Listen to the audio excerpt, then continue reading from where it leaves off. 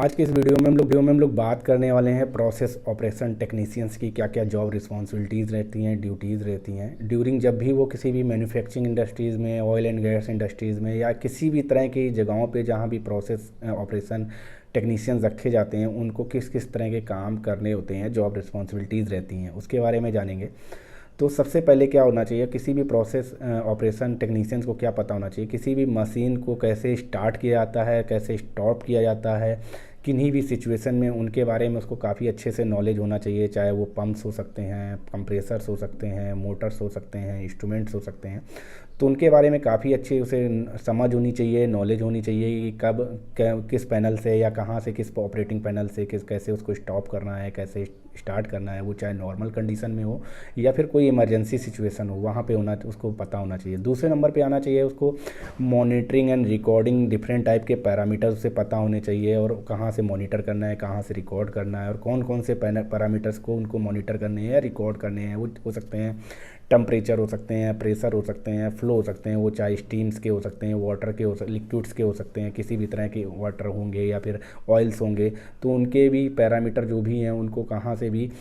Monitor करना है, record करना है, ताकि ये कहीं भी ऐसा ना हो कि डिज़ाइन प्रेशर के से बाहर चले जाएं तो मशीन्स को कहीं भी दिक्कत में ला दें। मशीन को डिज़ाइन प्रेशर से ज़्यादा होंगे तो मशीन में वियर एंड टियर है या मशीन को नुकसान पहुंचा सकते हैं या प्रोसेस को नुकसान पहुंचा सकते हैं या प्रोडक्ट की क्वालिटी को, जो भी प्रोडक्ट बन रहा है वो अगर जितना भी रिक्वायर्ड है उससे अगर अप एंड डाउन होते हैं तो उन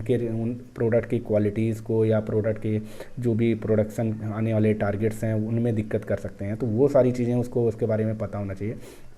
अगला आना चाहिए उसको प्रिपेयर एंड फिक्स। कोई भी मशीन में अगर छोटी मोटी प्रॉब्लम्स हैं तो उसको बारे में उसे पता होना चाहिए कि अगर वो प्रॉब्लम आती हैं तो उसको कैसे वो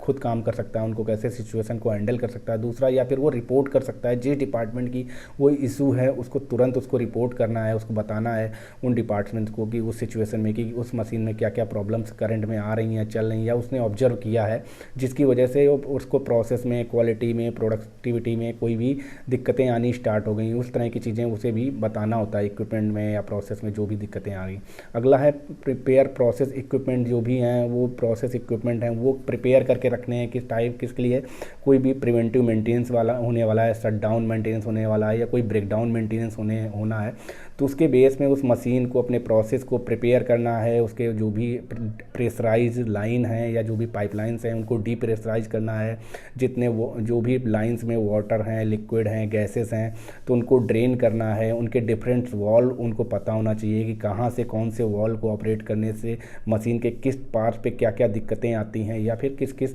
पार्ट के मशीन को अगर कहीं पे डीप्रेशराइज करना है या फिर उनके और ड्रेन करने हैं उनकी लाइनों को, तो कौन कौन से वॉल से कहाँ पे ड्रेन करना है, कहाँ पे कैसे उसको ओपन करना है, तो वो सारी चीज़ें उसको पता होना चाहिए। अगले नंबर पे आ जाता है कि उस ऑपरेशन जो अभी ऑपरेटर, प्रोसेस ऑपरेटर टेक्नीशियंस होता है उसको ये भी पता होना चाहिए कि जब भी रिपेयर एंड मेंटेनेंस के बाद मशीन को कैसे स्टार्ट करना है या क्या कैसे उसको लाइन अप करनी है। तो मशीन के कौन कौन से वॉल अगर स्टार्ट करने हैं, पहले किस जो भी स्टेप्स हैं, कौन कौन से स्टेप में उनको जो भी हैं उनको फॉलो करने हैं या उनको स्टेप्स को लेने हैं कि उनको वन बाई वन स्टेप के फॉलो करते हुए कौन से वॉल को कैसे ऑपरेट करना है, मशीन्स को कौन सी फर्स्ट स्टेप में किस पार्ट को मशीन के ऑपरेट करना है, सेकंड स्टेप में कौन से मशीन के पार्ट को ऑपरेट करना है। अगले नंबर पे आ जाता है जो भी रिपोर्ट एंड जो भी तरह की अगर मशीन में किसी भी तरह की कोई भी सेफ्टी से रिलेटेड इश्यूज़ हैं, डेंजरस जो भी लीकेजेस हैं, डेंजरस एक्टिविटीज़ अगर मशीन में दिख रहे हैं तो उनको कैसे वो रिपोर्ट कर सकते हैं, जो भी अपने सीनियर टीम को हो सकते हैं या दूसरे डिपार्टमेंट्स को हो सकते हैं, या उनको तुरंत वो कैसे कंट्रोल अगर कर सकते हैं तो खुद को कंट्रोल आनी चाहिए। जो भी कंट्रोल, कहीं पे गैसेज लीकेज हो गए, कहीं पे हाई टेम्परेचर ऑयल लीकेज हो गए या स्टीम लीकेजेस हो सकते हैं या फिर वाटर लीकेजेस हो गए, अचानक से रैंडमली पे लाइन अगर कहीं से वो फट गई हैं या क्रैक हो गई हैं या फिर वॉल के पास से लीकेज हो गए हैं, तो उनको उसको कंट्रोल करना आना चाहिए। रिपोर्ट किस डिपार्टमेंट की वो प्रॉब्लम है उसको तुरंत इन्फॉर्म करके उसको कंट्रोल करना है ताकि उसकी वजह से ज़्यादा नुकसान उस प्रोसेस इक्विपमेंट को ना हो, मशीन को ना हो, डिपार्टमेंट को ना हो या भी उस प्रोडक्ट की क्वालिटी में या प्रोडक्शन में इफेक्ट ना आए। तो वो सारी चीज़ें आनी चाहिए। Ensure that maintenance work team, और अगले इसके बाद क्या जाता है, इंश्योर करना चाहिए उनको कि मेंटेनेंस टीम जहाँ भी वर्क कर रही तो उनके लिए उनको परमिट्स को अरेंज करना चाहिए। जो भी परमिट्स, जो भी काम करने वाले हैं उसके हिसाब से उनको परमिट्स, जो भी जॉब रिलेटेड परमिट्स को अरेंज करना चाहिए। उनके बेस पे जो भी जॉब एक्टिविटीज़ हैं, वहाँ पे जो जो चीज़ों की रिक्वायरमेंट है सेफ्टी से रिलेटेड काम करने के लिए, जॉब परफॉर्म करने के लिए, तो वो जो भी प्रोसेस के साइड से इक्विपमेंट में सेफ्टी से रिलेटेड अरेंज करनी है तो वो उनको करके देनी चाहिए। इसके अलावा ये भी ध्यान रखना चाहिए बीच बीच में आ जाके कि जो भी मेंटेनेंस टीम अगर वहाँ पर कुछ भी काम कर रही है तो वो सही से काम कर रही है कि नहीं कर रही है, उन सारी चीज़ों को भी ऑब्जर्व करते रहना है। और अगर कहीं डेविएट होती है मेंटेनेंस टीम, अगर थोड़ा भी गलत इधर उधर काम करती है जल्दबाजी में, तो उन सब जगहों पे उनको रोक के टोक के या फिर उसको समझा के दोबारा से वो सही डायरेक्शन में वो सारी चीज़ें एक्टिविटी करें, ताकि ऐसा ना हो सिचुएशन में कहीं भी थोड़ी सी लापरवाही की वजह से वहाँ काफ़ी ज़्यादा नुकसान हो सकता है, आग लग सकती है या फिर कोई एक्सीडेंट हो सकते हैं, मशीन से रिलेटेड या मैन से रिलेटेड किसी को भी नुकसान हो सकता है। इसके साथ साथ जो भी अपना प्रोसेस ऑपरेटर्स हैं, जो भी टेक्नीशियंस हैं, उनको अपने जो भी कंट्रोल रूम पैनल्स हैं, सुपरवाइज़र्स हैं, उनसे डायरेक्टली कांटेक्ट में उनके इंस्ट्रक्शंस डायरेक्टली लेना चाहिए और उनसे डायरेक्ट कांटेक्ट में हमेशा रहना चाहिए। उनको रिपोर्ट अपनी जैसी भी एक्टिविटीज़ हैं अपनी शिफ्ट में है या बीच में कैसे भी रिपोर्ट्स उनको करना है और उसके बेस पे उनके इंस्ट्रक्शन लेके उनको फॉलो करते रहना है कि इनमें क्या क्या जो भी मशीनरीज में काम हो रहे हैं तो किस तरह के काम होने वाले हैं और क्या क्या काम करने हैं और किस किस स्टेप्स में करने हैं और क्या क्या पैरामीटर्स के बेस पे करने हैं, तो ये सारी चीज़ें करना है। इसके साथ साथ वो आ जाता है अगले नंबर पे ट्रेनर, जो भी अगला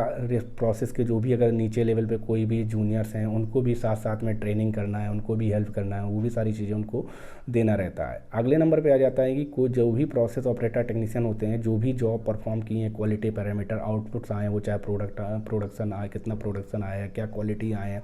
क्या क्या आपने उनके रॉ मटेरियल्स यूज़ किए हैं, उनके स्पेसिफिकेशंस यूज़ किए हैं, या उसके साथ साथ क्या प्रोसेस वर्क इन प्रोसेस में क्या क्या आपने पैरामीटर्स यूज़ किए थे। वो टेम्परेचर के हो सकते हैं, प्रेशर के हो सकते हैं, फ्लो के हो सकते हैं, लेवल के हो सकते हैं, तो वो सारे पैरामीटर्स आपको रीडिंग रिकॉर्ड करनी है और वो सारी रिपोर्ट्स में आपको मेंशन करने हैं, सारी चीज़ें मेंशन करना होता है। अगर आपको कहीं भी किसी सिचुएशन में प्रॉब्लम आई है तो वो भी आपको रिपोर्ट बनानी आनी चाहिए और वो रिपोर्ट में आपको मेंशन करना चाहिए। वो कंप्यूटराइज चाहे एक्सेल शीट में आपको करते हो या किसी सॉफ्टवेयर पे हो, या फिर हो सकता है कि आप लॉगबुक में कहीं भी मेंशन करते हो, तो वो सारी चीज़ें भी प्रोसेस के जो भी ऑपरेटर टेक्नीशियंस हैं उनको सारी चीज़ों के बारे में समझ होनी चाहिए, आनी चाहिए और करना चाहिए। तो ये बेसिक जो ड्यूटीज़ रहती हैं, जॉब रिस्पॉन्सिबिलिटीज़ रहती हैं ऑपरेशन ऑपरेटर्स टेक्नीशियंस की, तो वो सारी चीज़ें उनको पता होना चाहिए। अगर वीडियो अच्छा लगा है तो वीडियो को लाइक करना ना भूलें, वीडियो को अपने दोस्तों में शेयर करना ना भूलें, और चैनल पर नए हैं तो चैनल को सब्सक्राइब करना ना भूलें। और किसी भी टॉपिक में अगर आपको वीडियो चाहिए तो उसे जरा कमेंट करके ज़रूर बताएं, और किसी भी तरह के फीडबैक सजेशन अगर हैं आपके पास इस चैनल से रिलेटेड, वीडियो से रिलेटेड, तो ज़रूर आप कमेंट करके बताएं।